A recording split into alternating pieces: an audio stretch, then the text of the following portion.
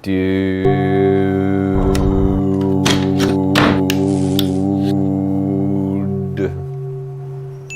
you are getting well.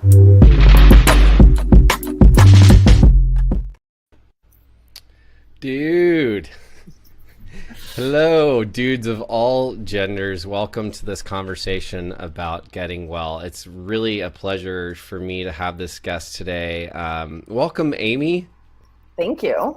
Hi, this is Amy Bliss. For those of you who can't see visually, Amy is an incredible human. I believe the universe brought us together recently. Just a week ago, we met via the algorithms and men's work, and there's something that really interested me about. If you've listened to the show before, you're not new to the word men's work, but a lot of us don't know what it is or still why men need it. And I really believe in bringing the conversation together. And I'm especially intrigued when I see women leading work for men. And so I got to know Amy a little bit, and her story and who she is and why she's here, I think is just so beautiful. And there's so much value to get from this today. So I hope it is of value. Please let us know what resonates. And without further ado,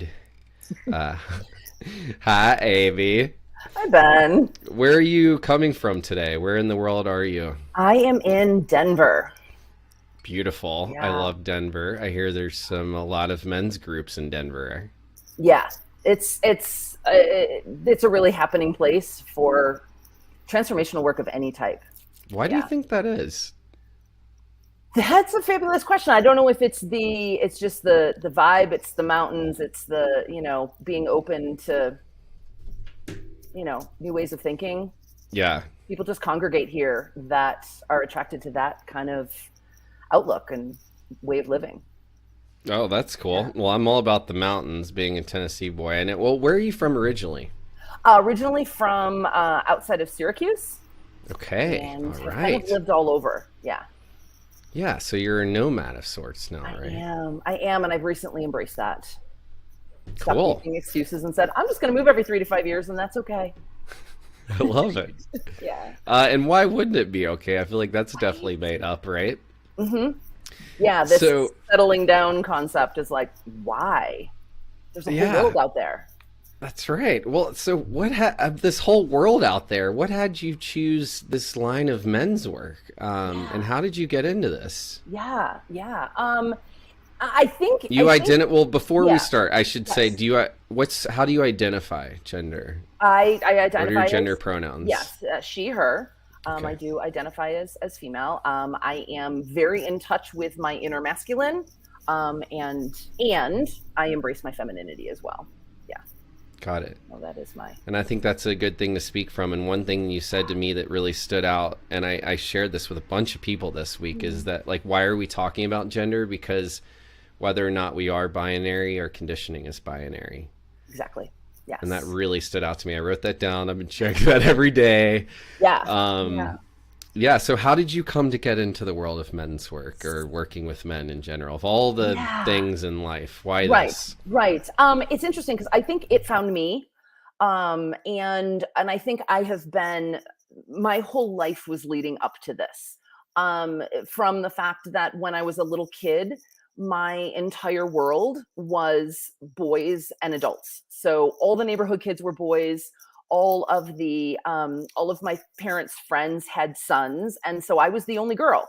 And I was totally okay with that. And I've always had a very large circle of male friends. My corporate career, I had a 20-year corporate career where I worked in largely male-dominated industries and fields in places where I thrived.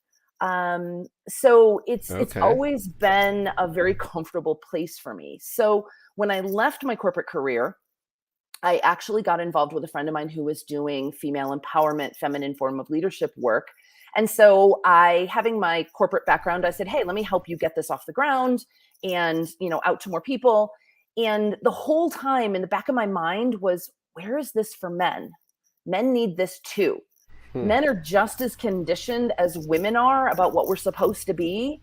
And we have largely given women permission to break free of that conditioning and that molding and that all the shoulds and supposed tos.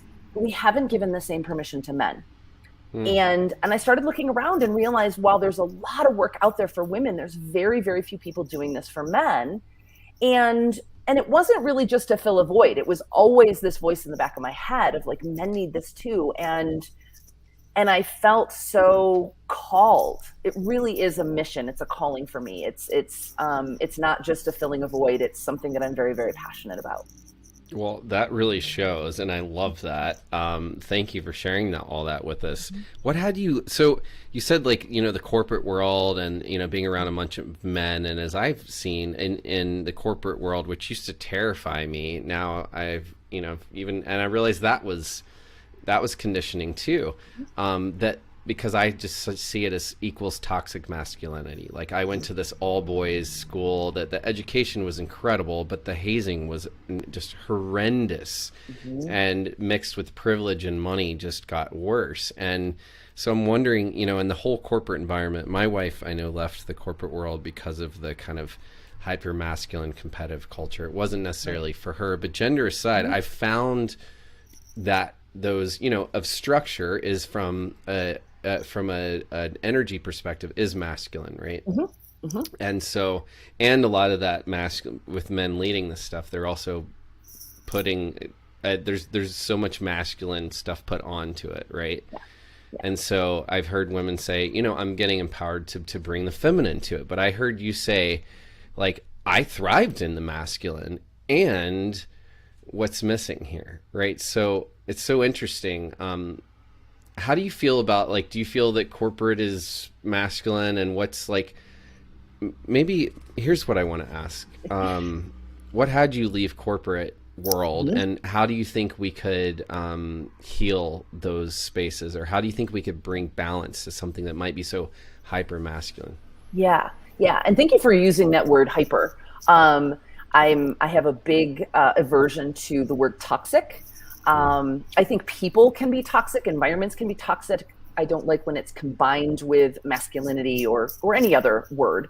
Mm. I think the masculine in a lot of spaces where we call it toxic is immature, and I have a whole host of reasons for that. But coming back to your original question, yeah, and it's interesting that you asked that because I actually left the corporate world because of it leaning way too far into that really hyper, immature, intense space that didn't feel good for me. And it started to have an effect on my health. And that's actually why I left. I woke up one day and realized that I had lost touch with myself, and I gained all kinds of weight, and just so many things had happened because I was in this space that just really did not feel good. And I was like butting up against this hyper masculinity all the time. Hmm. And if you So do you think think that was about, a gender issue, or like a you, or like a youth, like it just didn't work for yeah, you, or do you see it not working for the other men there yeah. as Yeah, no, I well? see it. Yeah. And I mean, it was, so I was, at that point, I was working in the beer industry, which is an amazing place. Don't get me wrong. We worked hard, we played hard. There were much worse things than working in the beer industry. The perks were amazing. However, there was this intensity that never let up. And one of the things that really struck me when I left the corporate space was the words that we use. Like, for example, when you talk about competition, which is a very masculine concept, whereas the feminine is more collaboration, which I'm trying to bring into that space a little bit more because I do also work with companies. But if you think about how we refer to competition, we're gonna beat them, we're gonna annihilate them, we're gonna destroy them, we're gonna conquer them. Like all of these words that are so violent when we're talking about other human beings that are just as passionate about that space as you are. And I'm not saying we have to all hold hands and sing kumbaya, but let's reframe how we are looking at other people in the same space. And I just couldn't handle that intense level of competition where the words we were using were just really ugly and uncomfortable. And I got that was actually taking a toll on you Yeah. physically as well. Hmm. Yeah. And Yeah. so, what do you think do you think that's conditioning, and how could we bring some healthier? I mean, one of the things I love to work in the corporate world now because I realized, oh, maybe I'm needed there. There actually could use some balance. I feel like I had almost too much feminine. I needed more masculine, and I actually energy, and I wanted to have. I like the structure, and it allowed me to like, oh, maybe we need balance. We all need to talk about self care. But what do you feel like could make a difference today if you were to take over the entire corporate world and give it something new? What might you instill it with? Yeah. So I somebody gave me this analogy once, and I love it. And this will I'll give you the analogy before I talk about what my answer to that, which is somebody asked me, a group of people once, like, what do you think the people in the boardroom or in the conference rooms at Microsoft are talking about? And the answer that everybody gave was Apple. What's Apple doing? So everything was focused on the competition and how do we beat them. And then they asked, well, what do you think is happening in the conference rooms at Apple? And they're all talking about how do we make Apple products better. Microsoft doesn't even come into the conversation. Now, this is all hypothetical, of course, and we just pick those two because those are companies that we're all familiar with. But that's kind of where I would love to see people go, is like, yeah, we'll keep an eye on the, oops, technology. We'll keep an eye on the competition, but we don't need to, we don't need to be so hyper focused on beating or annihilating or taking down the competition. Let's focus on bringing the best products and services into the world that we can bring. And what's the best way to do that? And then there's also the internal aspect of bringing in more competition, or more collaboration, more communication. One of the reasons why I left the corporate space was I'm a very intuitive, emotional person, and I was told to leave that at the door. And I can't tell you how many times Mm. I sat in conference rooms and went, this isn't going to work. I can't say why, but I can just feel it in my body. There's something about this that just isn't right. But I never spoke up because I didn't have the facts. I didn't have what the corporate space wanted in that room to raise my hand and say, I don't think this is going to work, or something about this, we need to revisit it and just figure it out, that there's something along the way that's broken. And invariably, all of those things that I never raised my hand to object to didn't work. And I realized, I'm like, if I had the permission to say, I can't tell you why, but something about this doesn't feel right, maybe we could have, reviewed it and figured out the little piece that was broken or the big piece that was broken and saved ourselves a lot of time and money. But those talents, those gifts are not accepted. Well, they're becoming more and more, but definitely when I was in the space, people would have looked at me like I just sprouted another head and said, well, what's your evidence? And I'm like, I didn't have it, but I just knew. And I want us to embrace those things that make us human, because emotions are a human thing. Intuition is a human thing. It's not a boy or a girl thing, or a masculine or a feminine thing. We all have them, and they're our gifts. So let's embrace them and bring them in a meaningful way. I like that. Yeah, what if we could talk about feelings in the workplace? It's just like a normal thing, right? Like we do as most humans, right? And I feel like the conditioning even there, even outside of the workplace, right? Like I am a men's coach, and I mentioned that to you, and that so many women still reach out to me almost more than men.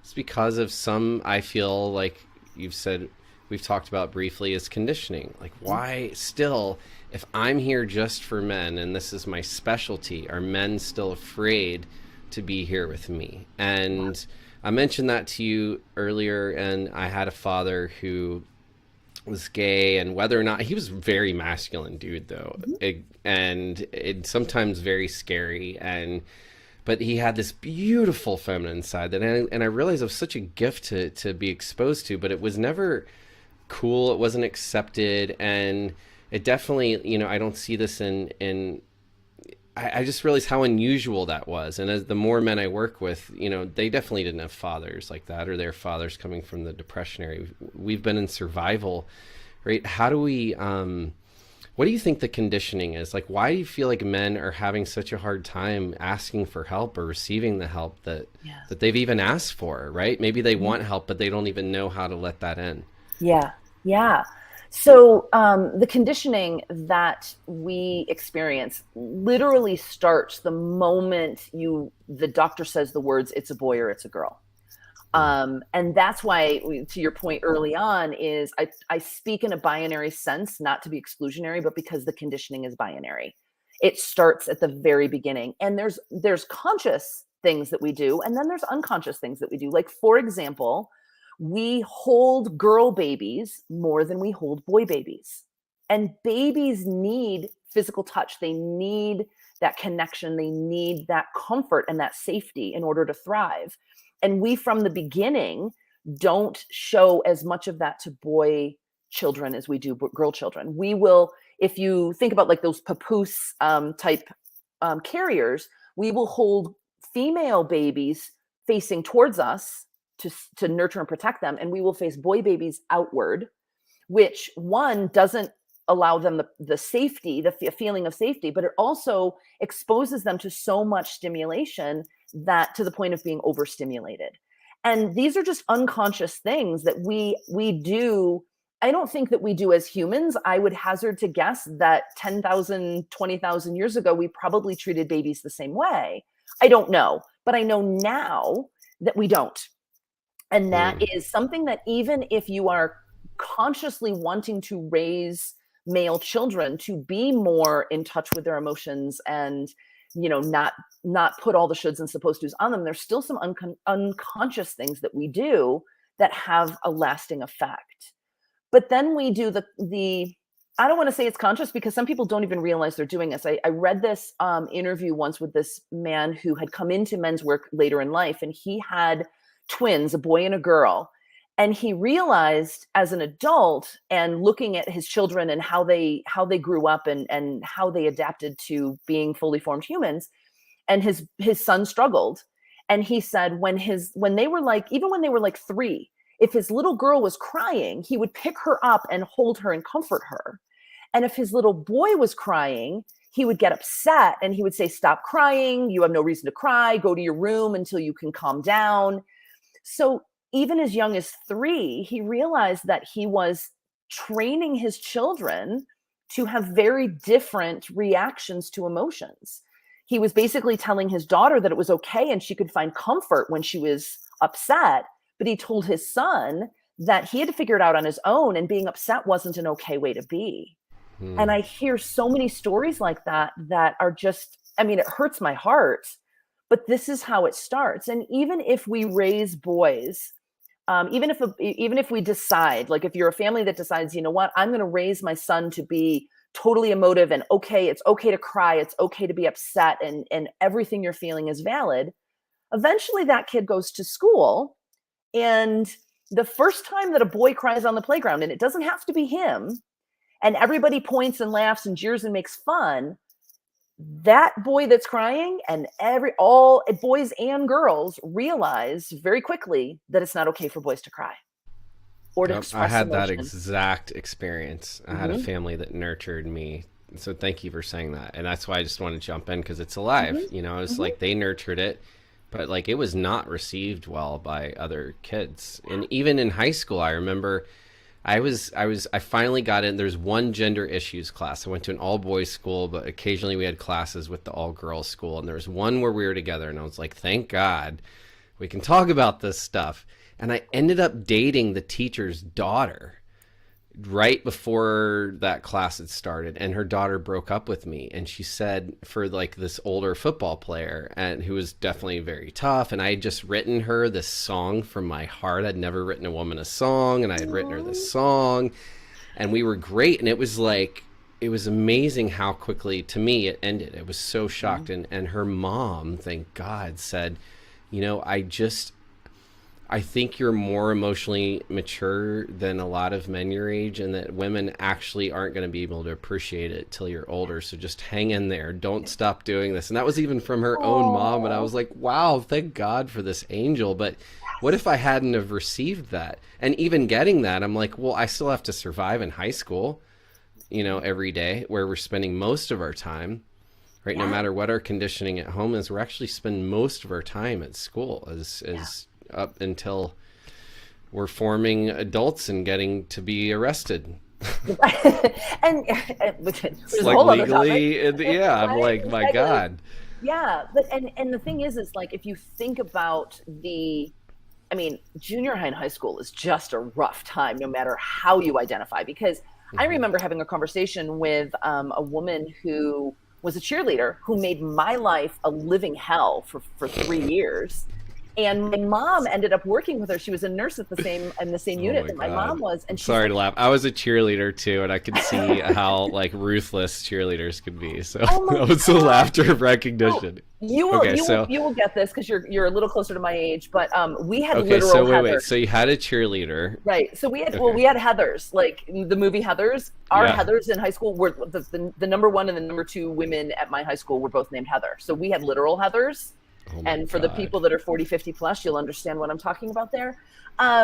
But my mom wanted us to get together, and I was so resistant to it. Even 20 years after graduating from high school, it was so painful. And I learned in actually connecting with her that she was under like hers was a little bit more subtle. Like the bullying that I had was overt. But for her, she was bulimic because she was under so much pressure to fit in with the in crowd that I was rejected by, that I realized high school is just horrible for everybody. But that's also when we're forming. I mean, if you think about the fact that our brains don't fully form until we're about the age 25, and there's those formative years of 13 to 20 are so important. I mean, there's so many imprints that happen, and you learn very quickly. And I love that story. I'm so sorry. I mean, that hurt my heart to hear. But women It's put okay. I men mean, I've into the learned. box, Yeah, right? we all get put in a box. Yeah, It was very insightful. It yeah, didn't make it feel better, but it was right, insightful. yeah. And in the like when I talk about the conditioning, and again, speaking of binary sense, non-male bodied people are just as conditioned to what a man is supposed to be as male bodied people are. And Interesting. I talk to women all the time. To your point about women coming to you, I get the same thing. And I hear so often from women of like, I want an evolved man. I want a man that is in touch with his emotions. And I'm always quick to say, hold on a second. Are you sure? Because we're just as conditioned as they are. And I'm like, the first time he's a sobbing mess in your lap, how you react to that will not only determine if he's ever vulnerable with you again, but maybe if Mm, he's ever vulnerable with anyone again. And mm. we have a responsibility. And in that moment, if we allow men to be in touch with their emotion and really fully experience, especially the uncomfortable emotions that they're not Hmm. supposed to express or that you're not supposed to express, he cannot also be our rock in that Hmm. moment. We have to step up and be the container. We have to hold him in his storm. And And if you that's haven't not a been comfortable conditioned for position. that, yeah, I was Yeah. just gonna say, even my wife, we openly talk about this. It's very uncomfortable for her when I'm Mm-hmm. vulnerable, and she found the Mm-hmm. most vulnerable, sensitive dude out there. Like, I cry at everything, Yeah. and it's like she was like, "Oh, I love how sensitive you are." And it's like, "Are you sure? Are you Because like, sure? you're about to get it." Yeah. And and I reminded her of that later. I was like, "You remember you attracted me because I was this sensitive, right? This isn't Right? like, and maybe you're just as sensitive as I am. Like, have you thought about that? Like, why is this I realized we're talking about who is most sensitive, but it was because I was a man. I was like, Mm-hmm. that's the only reason we're even talking about this. Yeah. How Yeah. sensitive I am. Right. If I was a woman, we wouldn't even be talking about sensitivity. We'd just be talking about our feelings, Mm-hmm. right? So it's so interesting how this shows up. Yeah. And also that you said that women are actually programmed, like, no matter if you have a male body or not, you're programmed the same way, Yeah. right? And we So will, that's, oh, sorry. yeah. No, no, I'm no. saying That's we will just really shove, yeah, interesting. we will shove men right back into the box just as quickly as another man will. Hmm. Like, oh, dude, man up, get over it. Mm-hmm. Like we're as equally as uncomfortable with men being other than the conditioning of what a man is supposed to be as other men are Why do you think as a that is? society. I think again, it's the conditioning, it's the programming starts because we're watching all of this, Mm-hmm. and we're watching how boys are being told to man up, shut it down, get over it, all of that, and the hyper competitiveness that happens, especially in sports, which I love sports. I'm a huge sports fan. I went to law school to Mm. be a sports agent, but it gets amplified in those type of arenas. Oh, And I wow. Yeah. love to see, like in professional sports now, when you see players from opposing teams like hug each other before the game or after the game, or help each other up on the field, in football, those kind of things, giving each other a pat on the back when there's a good play, even if it's against you. And let's bring some humanity back into some of these spaces. Yeah, I'm thinking about the World Cup. This is like, I feel like a really great place to watch this because it's on, because soccer players, and am one, can be so dramatic because they're always falling. That's like a part of it. You're running, fall. There's all of that.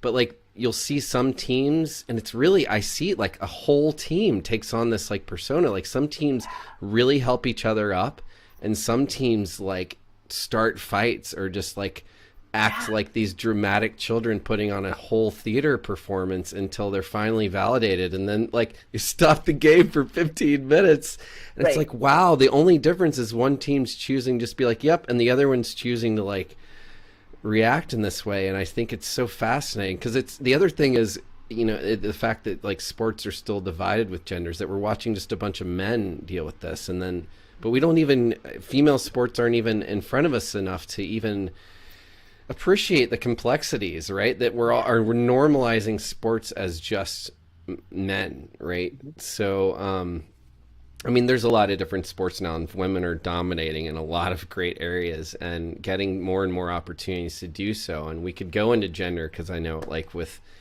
get into like, well, what about when people, have a gender transition, right? And people are still finding themselves evolved. We're in these bodies, but I also talked to a friend. I mean, I know that I'm speaking sort of in generalizations here, but I had a friend who was a young, gay, feminine man, and he said, I believe that more men are choosing to become women, and even gay men. He said, myself, I don't feel accepted unless I'm hyper feminine or hyper masculine huge. He said, so there's no space. So it's actually can be more comfortable to transition to a woman for a feminine man than to feel safe, even in amongst other gay men. And so I'm just, this clearly, it doesn't choose any exceptions here, but if women are dealing with it, and if gay men are dealing with it, and non-binary humans are dealing with it, what do you think we can do about this conditioning? Like, where can we start? What do you see as possible? Yeah. So I think the first step is awareness, because the conditioning of women came with a lot of oppression and repression. So it was in our face. So it was known how put in a box women were. Whereas the conditioning of men is much more under the surface. It's pervasive, but it is much more subtle. And it has been the definition of masculinity, and I'm using air quotes here because if you actually look up the definition of masculinity, Oxford says masculinity is the traits or attributes of the masculine. And if you look up masculine, it says the traits or attributes of being a man. That's where the definition ends. There is no strong, stoic, don't cry. All of the things that modern definition of masculinity includes are actually not part of the definition of the word. So the way I interpret that to mean is traits or attributes of a man is there are 4 billion different definitions of masculinity in this world because there's 4 billion men on the planet. And therefore, it is individual to the human and doesn't have this very strict definition that society has put on. So what that does is the combination of it being pretty stagnant. Our definition of what a man is supposed to be hasn't changed for several hundred years. And it's so pervasive, and privilege has actually perpetuated that most people don't even realize how conditioned men are. So I do this exercise. This is how I start every workshop, every group, every retreat. We start with this exercise that I call the masculinity box. And I have whoever's in the room, because I have done this in co-ed spaces as well, is shout out, popcorn out, all of the things that men are allowed to be, do, or feel as a man. We put all of that stuff inside a box that's on a piece of paper or a whiteboard or whatever. and then popcorn out all of the things you are not allowed to be, do, or feel as a man. We put that all around the outside. And the very first question that I will ask is, if you're male bodied, how does it feel to have to live inside this box? And if you are not male bodied, how does this feel for you, knowing all the men in your life have to live in this box? And the reactions that I see are visceral. I see the men like go like this, like they close in.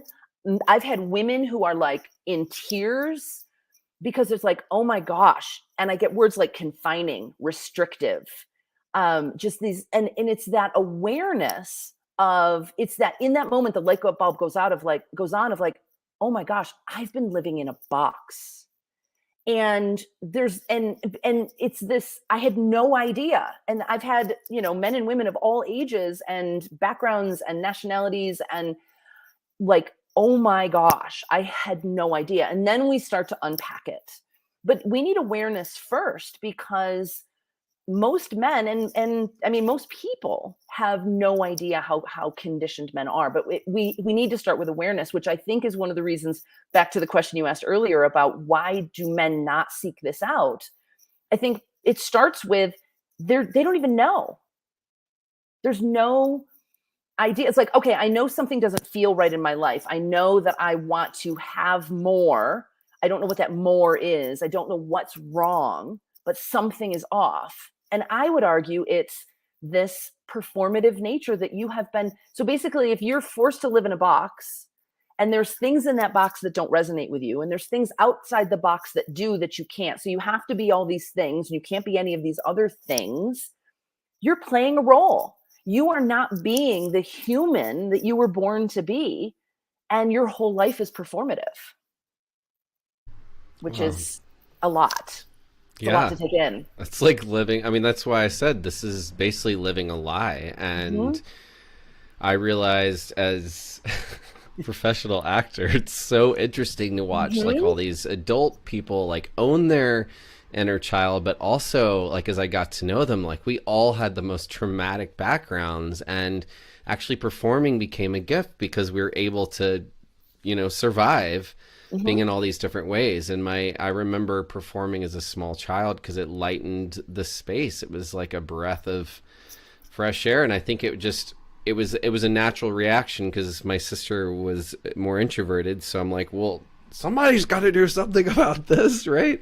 Yeah. And like, and my father being a priest, I was like, oh, I don't want to stand and shake my hands. And I used to impersonate evangelical ministers on TV. So and my dad just thought it was the most hilarious thing. So he'd have me come over and like people laugh and you're like, oh, joy. And so, we're just playing all these roles, because if I don't fit in at school and I don't fit in at, like, well, I guess I did some at home, but even my, for a father that wasn't in touch with his sexuality or was also living that lie, or felt like he wanted to be in a relationship with a woman, but I would argue to say even that was conditioning, because that's what he really was told was going to be his best chance and the only way to have a family at that time. Right. And so for those of us who want to, I'm just really interested in how we can. So awareness is a great place to start. You said that. Step one, awareness, talking about this. I keep hearing women say, but like, what about us? Like, I just hear these women's voices like, what about us? Yeah. If we're not even, treated equally, why spend any time trying to deal with this when we're still like being oppressed? How does that fit into this conversation? Like, how is there space for all of us to rise together out of this conditioning? Yeah. So I think there's so many things in that. One is pick anything, right? Go anywhere you want. Oh my gosh. So I think one of the things is there's so many things in the definition of what a man is supposed to be that can get amplified. Things like aggression. I see the word violent in, and I don't have any judgment. If somebody popcorns out a word, I write it down. And I hear, and I see a lot of things like that. And I feel like this idea of trying to live up to some ideal of what a man is supposed to be tends to have a lot of men, especially when there's traits that they don't resonate with and they're performing a role. It's not actually natural to who they are. That tends to get amplified. Yeah. And we celebrate. It's interesting. Like, so I talk about one of the chapters in my upcoming book is entitled Happy and Angry, as those are the two emotions that we largely allow men to express. Sadness to a lesser extent, and only for a very short period of time and for a very specific reason, after which you need to man up and get over it. But what ends up happening is when you're only allowed to express a very narrow set of emotions, everything gets channeled into that.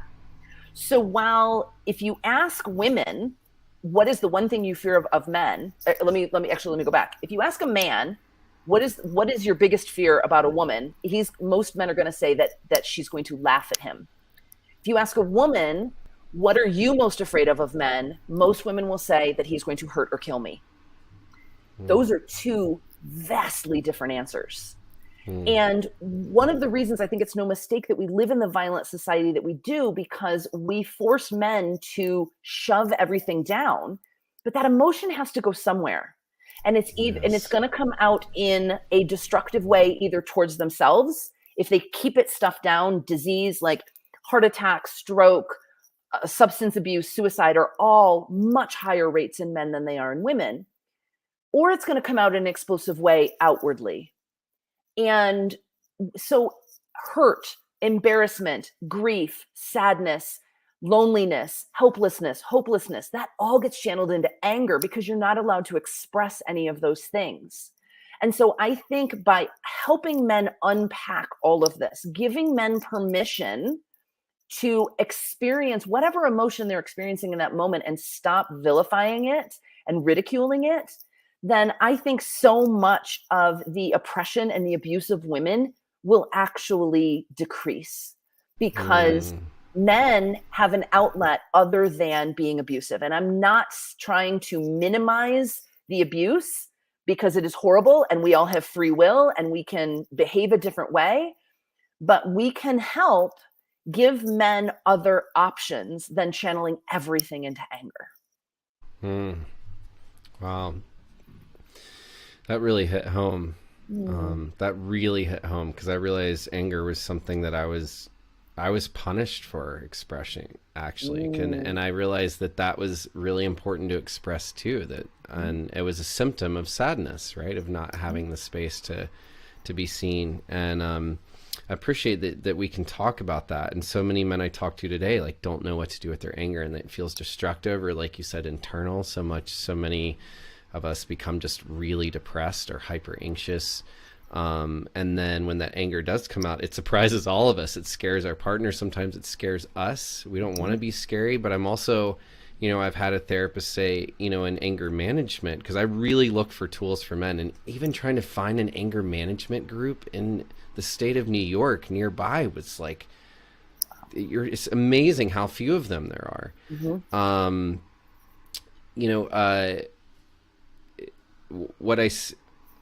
Where was I going with that? So with the having expression for anger, right? Where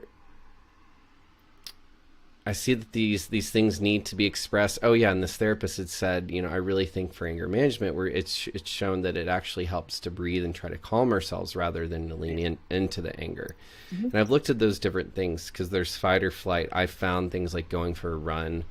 I found even sitting in my car and just screaming, like, even though that's not what my therapist told me to do, that if I have a safe space to rage, then I actually can get to the hurt and sadness much faster. And I'm not inside trying to be defensive or protect myself. I literally, or upset someone else because I'm screaming, right? So I go to the car because it's like a quiet space. It's like a little voice box. I scream and rage, and that often helps me really get to whatever pain I need to feel, and then I'm able to go back and be a much better partner. But I've also been told by therapists that that's maybe not a great idea, because you're actually feeling your anger more. So one of the things I know, and I know it's not black or white, and I'm mentioning that here because I think it's worth talking about. You also work with, you have a specialty in working with men who are survivors of sexual abuse. And I think that also is a symptom of anger not being able to be expressed. Like this, I always talk about the game Pop-A-Mole, if you remember from the 80s. You like hit one thing, now it comes out somewhere else. And so many of us are dealing with these things and diseases that are literally just because we're not tuning into what we need. What are some of the so do you see the I guess, what am I trying to ask here? There's so many beautiful things you brought up. So I have some responses if you don't know your question. Yeah, just go ahead and share, because I think I've asked my question already. Yeah, I think you did. So first of all, I want to say that I have a strong support for the therapeutic space. I think it serves an amazing purpose, but I think that there is also a disconnect between how women process and how men process. So I think that I actually agree with you going out in the car and screaming, because a lot of men process through action and not through talk. And that you can get to the root of the issue through action. And, you know, not to say that we shouldn't be talking about these things, because we absolutely should, but I also think that allowing men to do as they're processing is also really important. But the other thing that I think anger management is wonderful, and how to respond in those moments is really, really important. But I think that a lot of that misses the underlying issue, which is when men, oftentimes when men are feeling anger, it's actually not anger. Like you were saying, it was sadness. It's a symptom of something else. It's a symptom of something else, because we've told men you can't express all of these other emotions, but we give you permission to express anger. And it's interesting.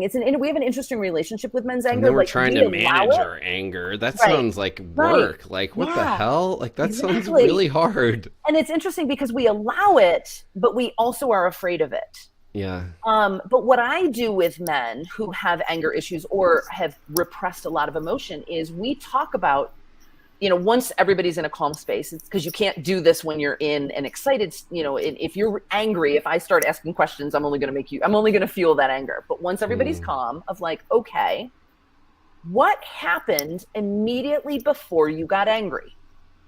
If you were driving and someone cut you off, that's probably anger. But if your child brought home a less than stellar report card, that's probably disappointment. And so we start to look at what happened, what triggered your anger, and what do you think in your calm state is the reasonable emotion associated with that event? Was it actually anger? And so then, because here's the other thing, in the conditioning of men and not allowing men to express emotion, the other thing we've done is we've not given men language for emotion. So I think that, and there's a chapter in my book about this as well, which is that the scariest question that we can ask a man is, how do you feel? Because we haven't given you language to describe how you feel.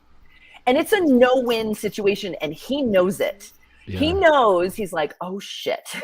Like, I know that she wants, you know, some response that I don't have.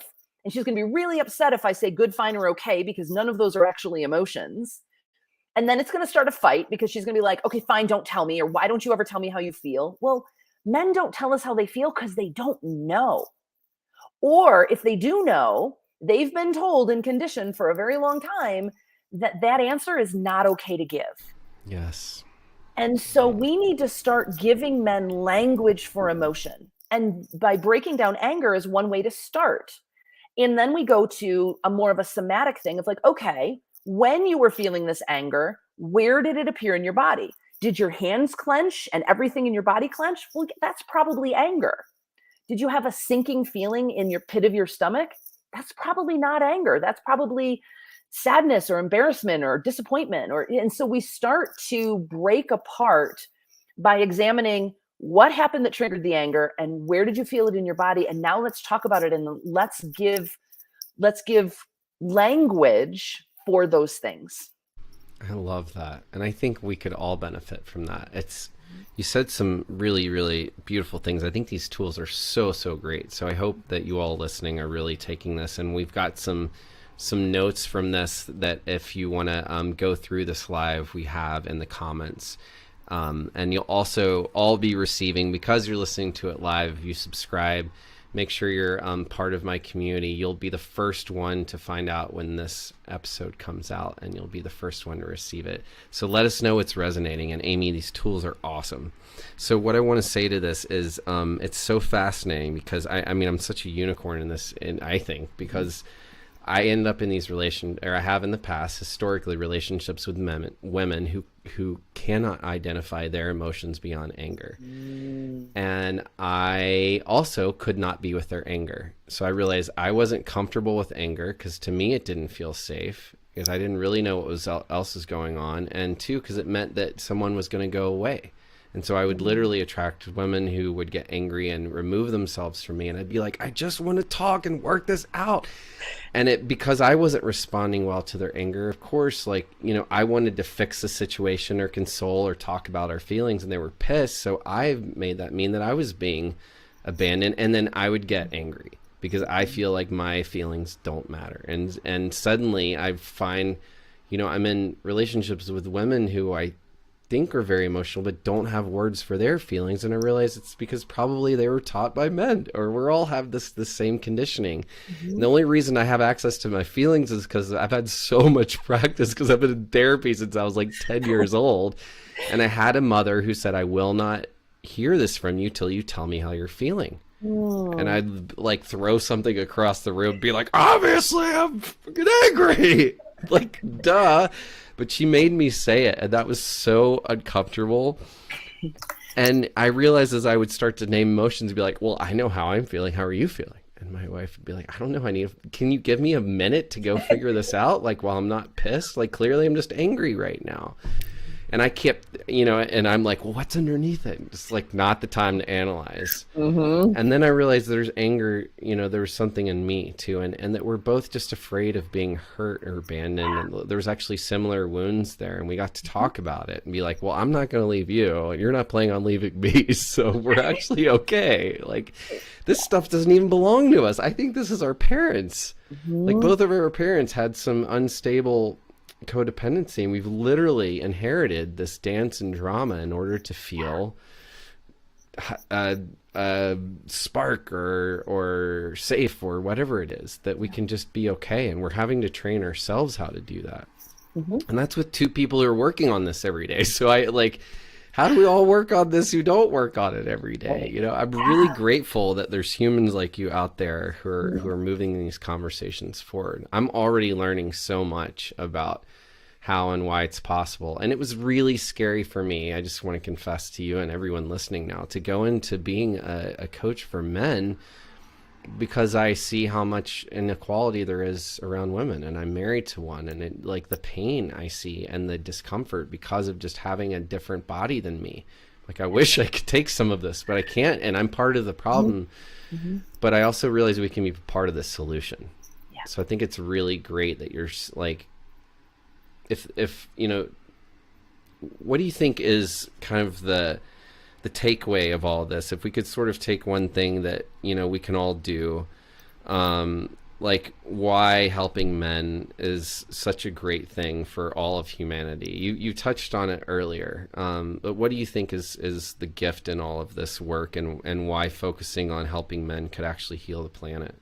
Yeah. I think that the vast majority of men are beautiful humans underneath all of this conditioning. Are there bad apples? Absolutely. And that's true on both sides.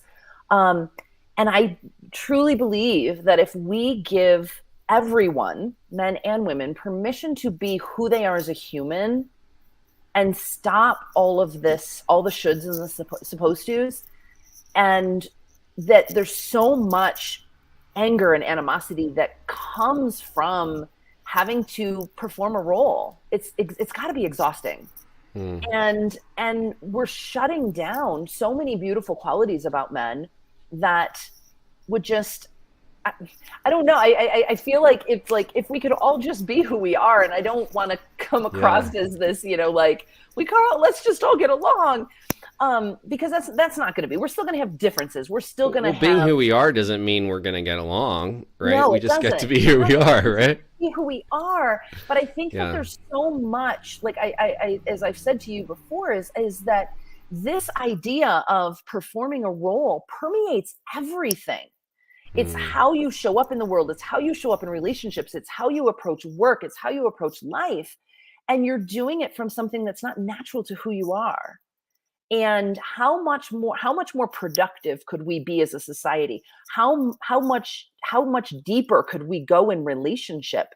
Not just romantic relationships. I mean, I talk about one of the reasons why I am very adamant about doing this work live with men in group with other men is men need permission and from other men that's okay. And if you think about, I'm sure this has probably not been your experience, but I think a lot of men have a very superficial relationship with other men, which puts a lot of pressure on your romantic relationship. If the only place you can get support and go deep is your romantic relationship, because men, it's all very superficial of like, if I would challenge most men, go to your best friend or just your buddy and say, I'm really struggling right now, and see what his response is. Because I'm sure it's probably going to be something like either, oh, dude, I'm really sorry to hear that. And did you see the game the other night? Or it's going to be like, whoa, dude, cover that shit up. We don't encourage men to get really real with each other. And they don't feel safe if we share those feelings, right? Some men, and I didn't, experience that, but I didn't feel safe sharing my feelings with other men. I felt safe sharing them with women. Mm-hmm. Which is what was so interesting. I could with my dad, and I did with like my close actor artsy friends, but like hyper masculine men scared the shit out of me, and I did not want to talk about my feelings with them. It wasn't until I was in these sober groups, these dudes are like, we're gonna get sober, but like they would also be like, yo, dude, you want to talk about your feelings? It's not okay. I'm here for you.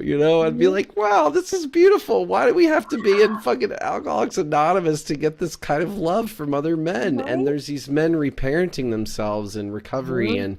But why isn't this available? Why aren't we talking about this in schools? Exactly. It scares, and a lot of men I work with do. I'll say like, hey, are you talking about this with other men? And I'm leading groups to try to, so that we can practice talking about our feelings and ask for help. I had a client get really upset when I wasn't available for a one-on-one call once. And I said, because he wanted to book it and get extra coaching on the side. And I was like, I don't have time to do that this week. And he was upset. And I said, but listen, you're in a men's group. There's 15 men that you could call right now for support, and you're choosing to go to the one that may not be available and bring judgment to it. And then I said, and then on the other side, I called him and I left a message. He was still mad at me. I said, and I'm your friend, and you can call me anytime. You don't need to book a coaching call with me to say that you're not okay, or that you could use extra support this week. And if I'm not available, allow me to steer you in a direction of someone who would be, right? That we can even say like, I'm not available right now, but I'd love to hear that in the future. Like, even if we're not, like that we could be honest about that, or be like, I'm feeling uncomfortable hearing that, but I'm going to keep listening anyway. Like, wow, what that would be open. It's like, well, I'm feeling uncomfortable sharing it. So, hey, we're in the same boat, right? Mm-hmm. Yeah. So yeah, we've lost true brotherhood, and I want to bring that back. It's so beautiful. It's so interesting to me coming from a woman. I'm still like, wow, this is really cool. And you were in this, and you did a lot of female empowerment work, which I think is so important too. What do you think is, you said you were doing that and you're like, why isn't this there for men? And I see a lot of women seeking that work. What do you what kind of work do you think would be valuable? Do you think having separate men's work and women's work is valuable? Do you think having work together is valuable? Like, if you were to create your dream course today, what might it be? Or maybe you have one that you want to share with us.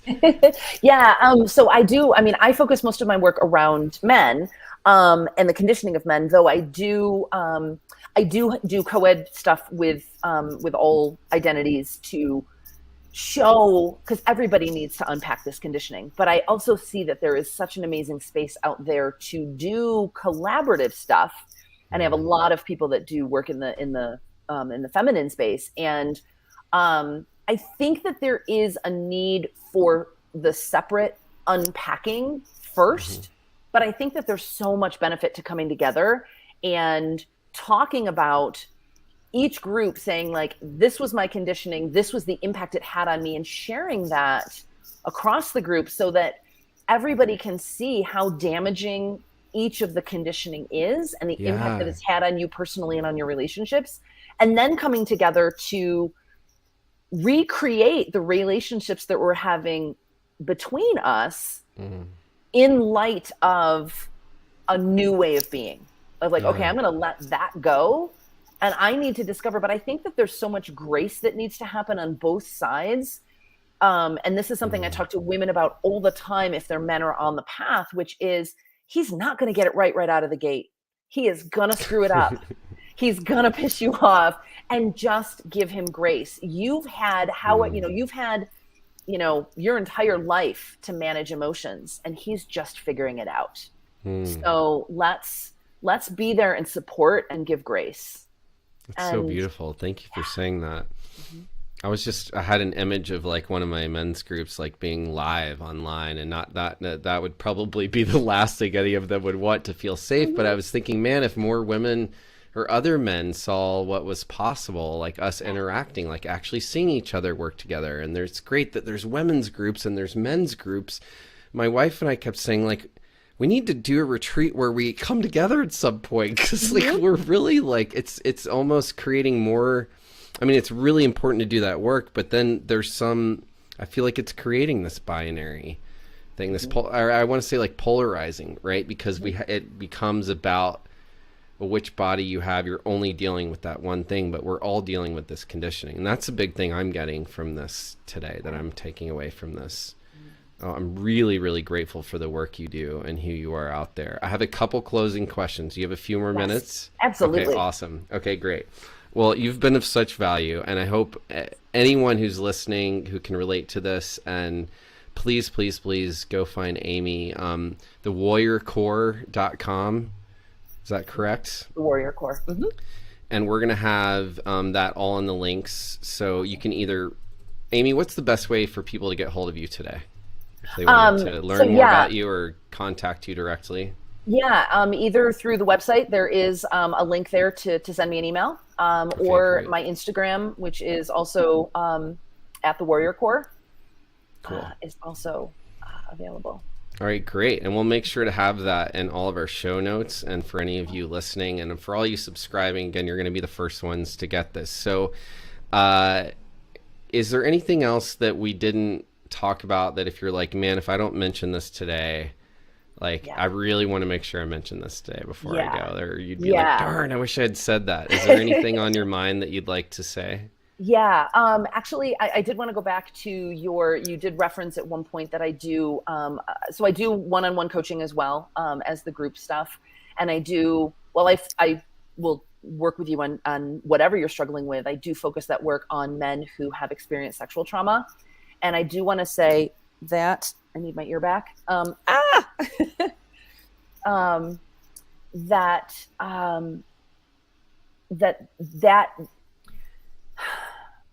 you are not alone, and that what happened to you does not define who you are. And I want to, there's so much support around women who have experienced sexual trauma. We rally around women, and we do not do the same with men. And unfortunately, there's not a lot of resources out there. And I want to say I am a resource for this, and there's many others, but there is healing that can happen, and that experience does not define who you are. And there's so much tied up with that and masculinity that I can't get into in the 1 minute that we have left. Yeah. Well, maybe we can have you back and talk about that some more. Yeah.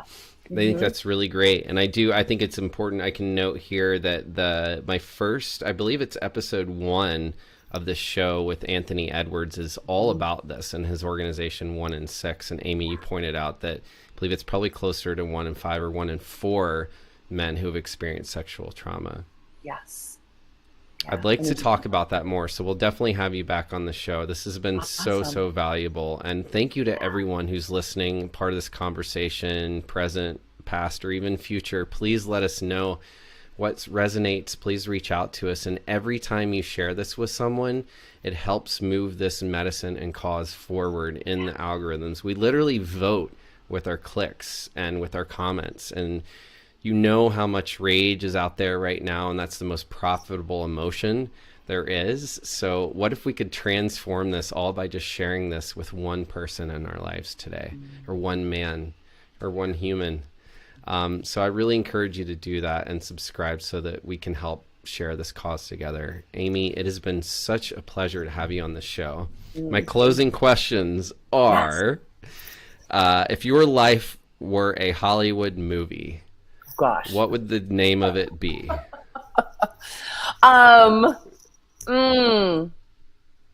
my gosh. I can't think of anything. I'm a Gemini. Don't ask me. It's like, it's all over the place. It's a wild ride. Welcome to my wild ride. There we go. Perfect.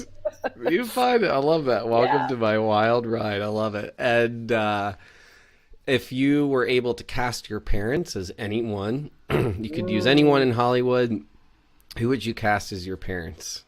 You can also use, some people have used cartoon characters. It's much more appropriate. People hate their parents. They're like, I'd like Tom Cruise. And, Right? Yeah. I love it when these questions happen. My mind just goes totally blank. I'm thinking something more like, for my dad, oh God, what was his name? I'm going to go with Richard Chamberlain. I don't know why. That's the first thing that came to mind. He's a friend of mine. That's so wild. Oh my gosh. Really, we did a movie together. Actually, I'm going to send it to you. It's called We Are the Hartmans, and he plays this like pot smoking Willie Nelson kind of character, which is so not Richard Chamberlain. Right? So I think you'd love this. That's hilarious. It was such a random cast too, but I have not heard anyone say his name since that movie. So shout out to Richard. This one's for you, buddy. Hello in Hawaii or wherever you're living your sweet life. Yeah. Okay, so Richard Chamberlain.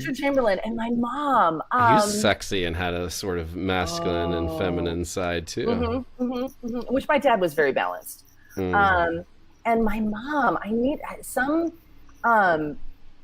somebody like fiery and intelligent and driven, and I don't know who's coming to mind right now. I see Susan Sarandon. Okay, yeah. Let's go with Susan Sarandon. Yeah, and I love her. Yeah, awesome. Okay, and then, do you have any hidden special talents that we might not know about, having spoken to you today? Hidden special talents. I'm like, or we're any talking quirky passions, anything. I mean, people said all kinds of stuff. What's the first thing that comes to mind? Like, can you pick your nose with both fingers? I don't know. Well, I mean, I think we all can do that, but no, actually, I can pick up. I can do almost anything with my feet that I can do with my hands. I have like finger toes, and I can pick things up, and I can write with my feet, and yeah. Did you practice that, or is it come naturally? I danced for 20 years, so I think I have that dexterity. I think it's also the length of my toes and the dexterity I have in my feet from dancing for so long. Amazing. My God, you said law, dance, corporate, coaching. Yeah. This is amazing. I'm starting to understand. This is great. You're fascinating. Like I said, welcome to my wild ride.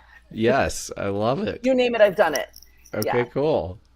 And then to close the show, I always like to ask these two things. It's sort of a part A and B. But one is, we touched on it briefly, but today, from this moment where we stand right now, if you could give the world one gift today, what would you give us?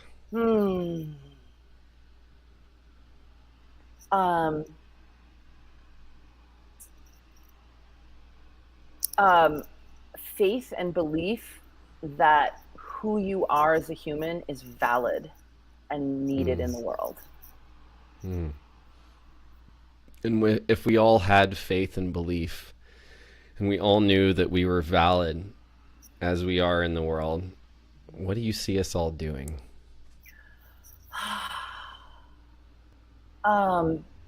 Healing, repairing, um, and seeing each other in a new light.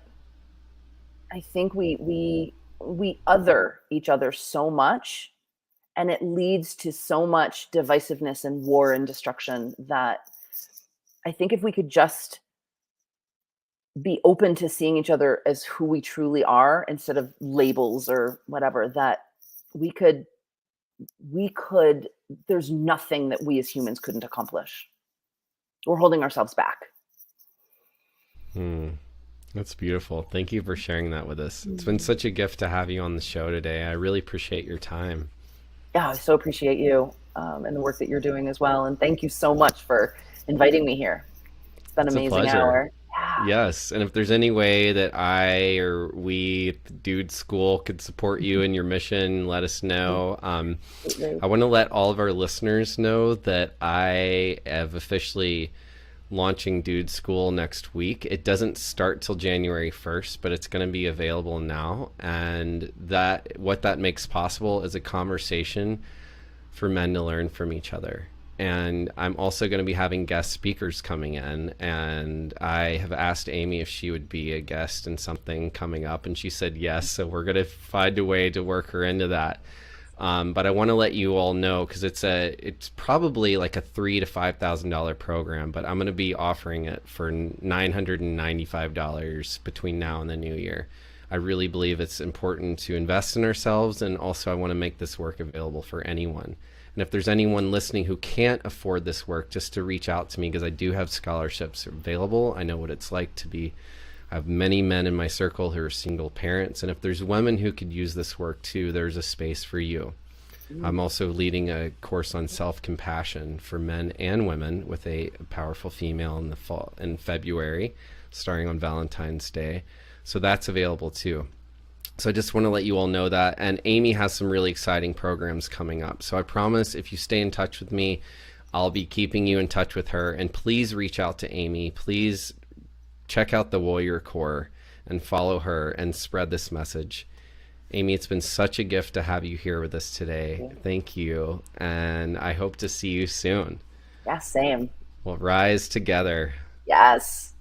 Have a beautiful day, everyone. Thank you for listening.